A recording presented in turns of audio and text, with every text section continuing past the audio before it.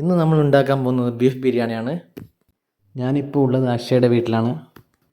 Beef biryani ഉണ്ടാക്കുന്നത് ഞാനല്ല, അക്ഷയുടെ അച്ഛനാണ്. പിന്നെ ഞാൻ ഹെൽപ്പ് ചെയ്യുന്നുണ്ട്. അമ്മയുണ്ട്, അമ്മമ്മയുണ്ട്, അക്ഷയുണ്ട്, അക്ഷയുടെ അനിയനുണ്ട്, എല്ലാവരും ഉണ്ട്. ഇപ്പോൾ ഓണം വെക്കേഷൻ ആയതുകൊണ്ട് ആ ടൈമിൽ നമ്മൾ ഇങ്ങോട്ട് വന്നതാണ്. ഞാനാണ് ബീഫ് കട്ട് ചെയ്തത്. വെളുത്തുള്ളി, ഇഞ്ചി, പച്ചമുളക് മിക്സിയിൽ നിന്ന് അരച്ചെടുത്ത് തക്കാളി, നെയ്ച്ചോറിൻ്റെ അരി, ഉള്ളി എല്ലാം സെറ്റാക്കിയിട്ടുണ്ട്. അതിരി എല്ലാം കാണുന്നുണ്ട്, അടുക്കളയിൽ വെച്ച് എല്ലാം വന്ന് നോക്കുന്നുണ്ട് എന്തെല്ലാം ചെയ്യുന്നതെന്ന്. ആദ്യം തന്നെ ഉള്ളി വെളിച്ചെണ്ണയിലിട്ട് വേവിച്ചെടുത്തിട്ടുണ്ട്. അതിൻ്റെ കൂടെ തക്കാളി വിട്ട് വേവിച്ചെടുത്തു.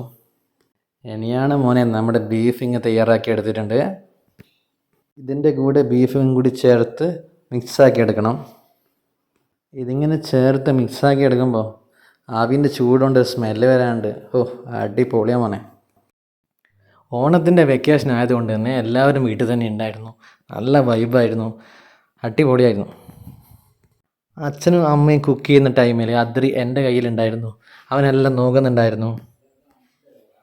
നെയ്ച്ചോറിൻ്റെ അരി കഴുകി തയ്യാറാക്കി. അച്ഛൻ ക്യാരറ്റ് ചെറിയ പീസാക്കി എടുത്തു. അണ്ടിപ്പരിപ്പും മുന്തിരി ക്യാരറ്റ് എല്ലാം നമ്മൾ വേറൊരു പ്ലേറ്റിലാക്കി മാറ്റി വെച്ചു. പിന്നെ സലാഡിന് വേണ്ട സാധനങ്ങളൊക്കെ മാറ്റി വെച്ചു. പിന്നെ നെയ്ച്ചോറ് നമ്മൾ തയ്യാറാക്കി എടുത്തിട്ടുണ്ട്. ബീഫ് നമ്മളെല്ലാം ഓക്കെ ആക്കി എടുത്തു. അപ്പോൾ രണ്ടും കൂടി മിക്സാക്കി ഇളക്കണം.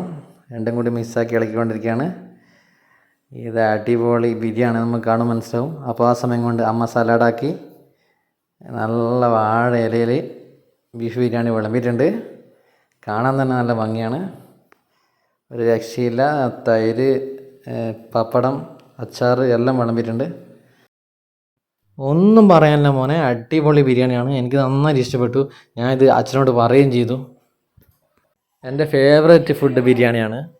അപ്പോൾ അടുത്ത വീഡിയോ ആയിട്ട് നമുക്ക് വീണ്ടും കാണാം. ബായ്.